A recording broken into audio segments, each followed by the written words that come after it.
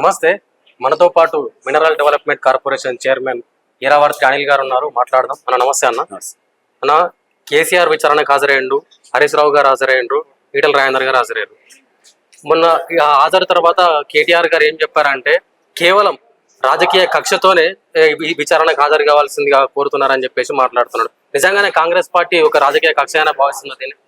ప్రజలు ఎట్లా భావించట్లే, కాంగ్రెస్ పార్టీ అలా భావించట్లేదు. కాళేశ్వరం రీడిజైన్ లో ఎంత పెద్ద ఎత్తున అవినీతి జరిగిందో అందరికి తెలిసిందే, ప్రజలకు అది అందరికి తెలిసిపోతుంది. పిఆర్ కుంగిపోవడం అంటే కేవలం 2 పిల్లర్లు కుంగిపోతేనే ఇంత విషయం చల్లుతున్నారని చెప్పేసి అంటున్నారు కదా. 2 పిల్లర్లు కాదు, అది నేషనల్ డ్యామ్ సేఫ్టీ అథారిటీ ఏమి ఇచ్చిందో ఆ నివేదిక చూసిన తర్వాత అసలు నిజంగా ఇంత అవినీతి జరిగింది. ఇవాళ చూసినాం, అదే కాళేశ్వరానికి సంబంధించిన ఎగ్జిక్యూటివ్ ఇంజనీర్ ఎన్ని వందల కోట్ల రూపాయల ఆస్తులు దొరికినాయి. మరి ఈ దగ్గరనే 100 కోట్ల రూపాయల ఆస్తులు దొరికినాయంటే దాంట్లో ఎంత పెద్ద అవినీతి జరిగిందో దాన్ని బట్టి మనం అర్థం చేసుకోవచ్చు. ఆ పైన ఉన్న ఇంజనీర్లు కావచ్చు, పైన ఉన్న అధికారులు కావచ్చు, వీళ్ళంతా కలిసి ఇంత బింగలో దీన్ని బట్టి మనం అర్థం చేసుకోవచ్చు.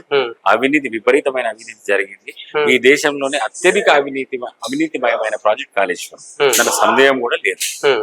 అంటే దానికి సంబంధించి ఇప్పుడు మీరు అవినీతి అంటున్నారా, అంశం పక్కన పెడితే దానికి సంబంధించి 1 కోటి ఎకరాల అంటే 1 కోటి ఎకరాల రైతులకు ఇది సాగునీరు అందించిందని చెప్పేసి మాట్లాడుతున్నారు వాళ్ళు. ఇప్పుడు మనమంతా డేటా తీసుకుంటే ఎప్పుడైతే కాళేశ్వరం ఈ ఎగ్జిక్యూషన్ ఎప్పుడైతే స్టార్ట్ అయింది, కాళేశ్వరం ఎప్పుడైతే ఫంక్షనింగ్ స్టార్ట్ అయిందో ఆ రోజు నుంచి ఈ రోజు వరకు తీసుకుంటే కేవలం 68 టీఎంసీలే ఎత్తిపోసింది, ఓన్లీ 68 టీఎంసీ. మరి దానికి ఏం సమాధానం చెప్తారు మీరు? కేవలం 68 టీఎంసీలే ఎత్తిపోసింది. రైతులకు ఎటువంటి న్యాయం జరగలేదంటారు కాళేశ్వరం? 68 టీఎంసీలు అంటే ఎంత అయితే చెప్పరాదు, ఎన్ని లక్షల ఎకరాలకు వస్తుంది? ఒక టీఎంసీ 16,000 ఎకరాలు అనుకుంటే ఈ కాళేశ్వరం కట్టి 4-5 ఏళ్ళు అవుతుంది కదా, ఈ 4-5 ఏళ్ళల్లో కేవలం 68 టీఎంసీలు ఎత్తిపోసినారు.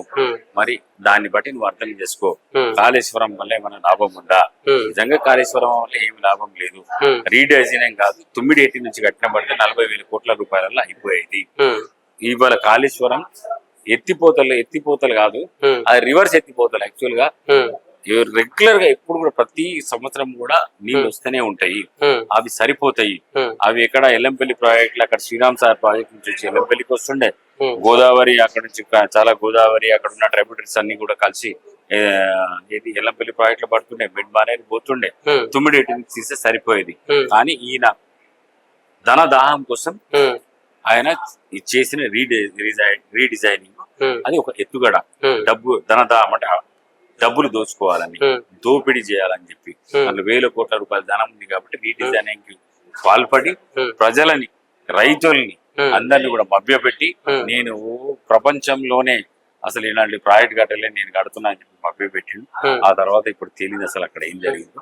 ఇవాళ ప్రజలు అర్థం చేసుకుంటారు. అంటే గతంలో ఇదే కేసీఆర్ కాళేశ్వరం ప్రాజెక్ట్ కి కర్త కర్మ క్రియ నేనే అని చెప్పేసి ఇంజనీర్ ఇప్పుడు మాత్రం దానికి సంబంధం లేదన్నట్టుగా మాట్లాడుతున్నారు. ఏమంటారు దీనిపైన? అసలు నేను అదే అంటున్నా, ఆయన నోటితోనే మాట్లాడుతున్నాను కదా, ఆయన నోటితోనే అన్నాడు కదా కర్త కర్మ క్రియ నేనే ఇంజనీర్ ని, దానికి నేనే ఆర్కిటెక్ట్ ని, అన్ని నేనే చేసినా అని చెప్పి మాట్లాడినాడు. మళ్ళీ నాకు సంబంధం లేదని మాట్లాడితే ఎట్లా? ఆ రోజు ఇంజనీర్లు చేసిండ్రు, ఆ రోజు అధికారులు చేసిండ్రు, ఆ రోజు వాడి చేసి నాకు సంబంధం లేదన్నట్టు ఎట్లా? మరి నువ్వు నీ నోటితోనే మాట్లాడుకోరా? అంటే ఇప్పుడు విచారణ తర్వాత కేటీఆర్ గారు మాట్లాడారు. కేటీఆర్ గారు మాట్లాడుతూ మీ ముఖ్యమంత్రిని చాలా విమర్శలు చేయడం జరిగింది, ఇష్టానుసారంగా మాట్లాడిండు, చిల్లర అనుకుంటే ఒక పదం యూజ్ చేసిండు, అంతేకాదు కేసీఆర్ వెంట్రుక కూడా వీకలేరని చెప్పేసి ఇటువంటి వాక్యాలు యూజ్ చేసిండు. ఏమంటారు వీటిపైన? ఇప్పుడు ఆయన అవివేకం, అజ్ఞానం, అహంకారి, ఆయనకి ఎన్నే దాన్ని చెడు బుద్ధులు ఉన్నాయి. ఎవరు? కేటీఆర్ కి.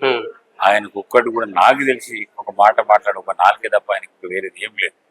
వీళ్ళంతా ఘోరంగా అంత నీచంగా మాట్లాడాడు. ఒక రాజకీయ నాయకుడి, ఒక ప్రజానాయకుడి తగదు. ఇప్పటికైనా కానీ కేటీఆర్ తన ప్రవర్తనని సవరించుకుంటే మంచిది, లేకపోతే ప్రజలు నీచంగా నేను చూస్తారు. రేపు ప్రజలు ఇట్లాంటి భాషను హర్షించరు, అభినందించరు, నిన్ను తీసుకుపోయి మళ్ళీ ఎన్నో గంగలు పడింది. అంటే తెలంగాణ జాగృతి అధ్యక్షురాలు కవిత గారు కూడా 2 వ్యాఖ్యలు చేయడం జరిగింది.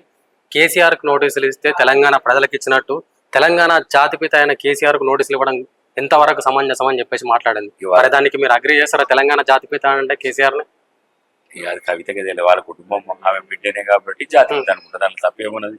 ఎవరింట్లో వాళ్ళ జాతిపిత అనుకుంటారు. ఆమె కూడా అట్లనే జాతిపిత అంటే అనుకుంటుంది. కేసీఆర్ నోటీసులు అయితే తెలంగాణ ప్రజలకు ఇచ్చినట్టేనా?